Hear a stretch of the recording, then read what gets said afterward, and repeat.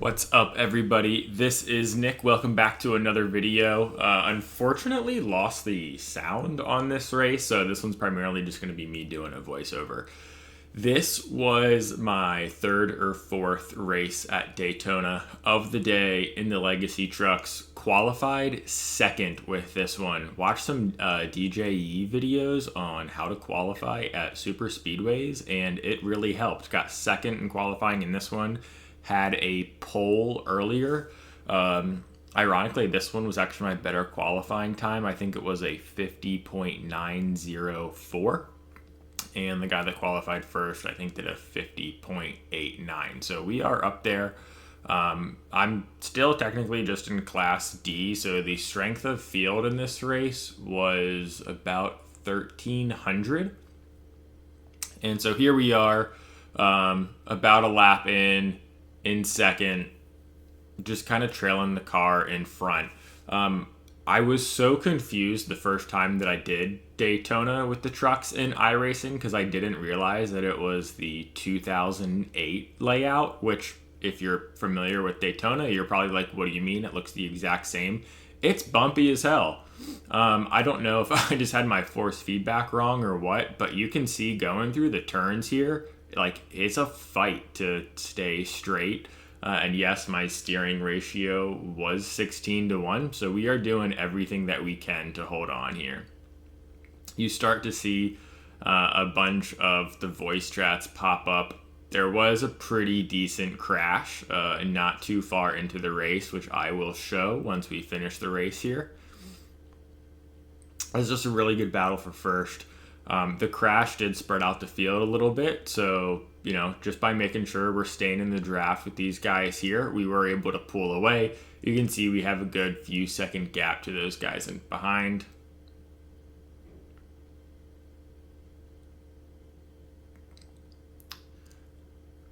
It didn't stay 5 of us for too long, though. Eventually it became 4, and then down to 3, and then eventually it even got down to 2. Here I think we're going to get a little bit of a crash. Yeah, that was kind of that was a mean move. That was a little bit of, I'm going to push you down into this guy. So would not be surprised if somebody got reported for that.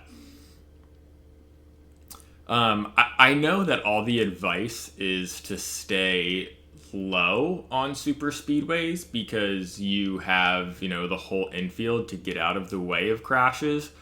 But on the 2008 layout of Daytona, I think the high line is a bit smoother. And so I actually prefer it because I think it lets me personally be more consistent and make sure I don't lose control. That does then put you at the mercy of the guys you're around. Hopefully no one gets into you.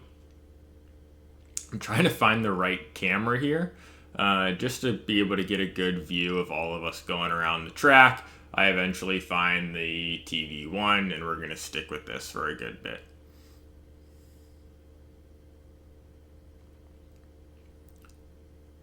So here now we've got a good race with the 4 of us, and we are catching up to the cars behind. Again, I'm riding the high line. I'm, not necessarily in the draft here, but I'm also not falling behind.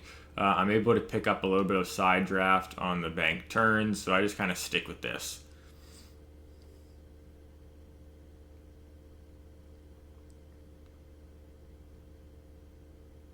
And that car we all passed there, you can see, kind of took out the guy in blue.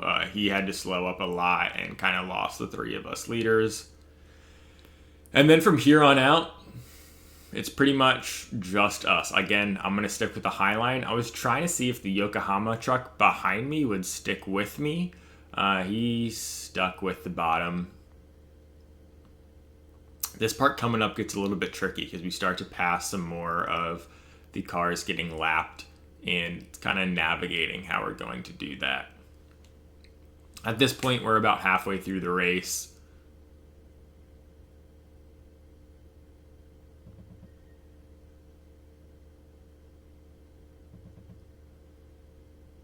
Pretty easy. I think the field of about 20 or so cars. Really, it's just the 3 of us now with the shot at the podium. Everyone else is pretty much falling behind. And so at this point, We're all just kind of playing it smart. If the three of us can stay in each other's draft, then we can keep up the pace to make sure nobody else can catch up to the three of us. I've been in so many races now on iRacing where the guy in second or third is just so insistent on they want to be first that nobody's actually drafting off of each other. No one's doing any bump drafting. And the guys like you see there on the back of the stretch end up catching up to them because they're more concerned about catching up than who's in front of who. And so if you do find yourself in a small pack like us up at the front, just draft off one another. Don't care about who's in the lead when you still have laps and laps to go. Here you can see that the lead car and myself, the two, we start to get in a little bit tighter of a draft formation, actually pull away a little bit from the Yokohama because he kind of struggles to pass some of the lapped cars because he's not quite in the draft as tight as we are, so we're able to stick together pretty smoothly.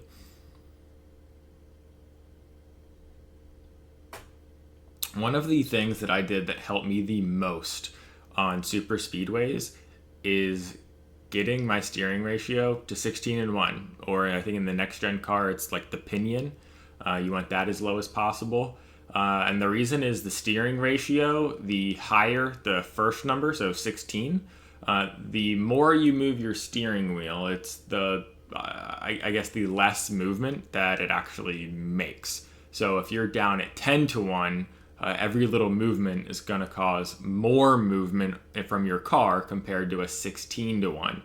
So I like it in super speedways because when you're in that super tight racing, you have a little bit more freedom in moving your steering wheel around without getting into every car here.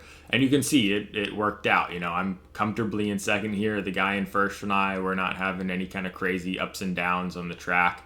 I'm going to give him a little bit of bump here because I heard the guys in third and fourth. The guy in fourth, relative on the track, you can see him there, I think in the green.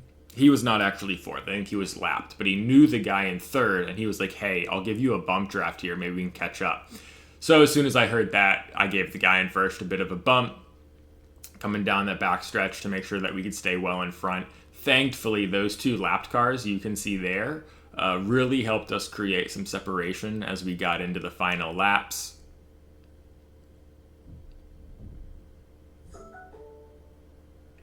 And here we are coming down the backstretch. I think this is going to be lap 9. Maybe it's lap 10.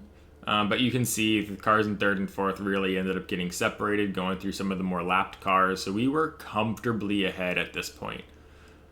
Actually, I think this might be the last lap because I wanted to give him a little bit of space in front of me so I could really get sucked into his draft and try to get a slingshot.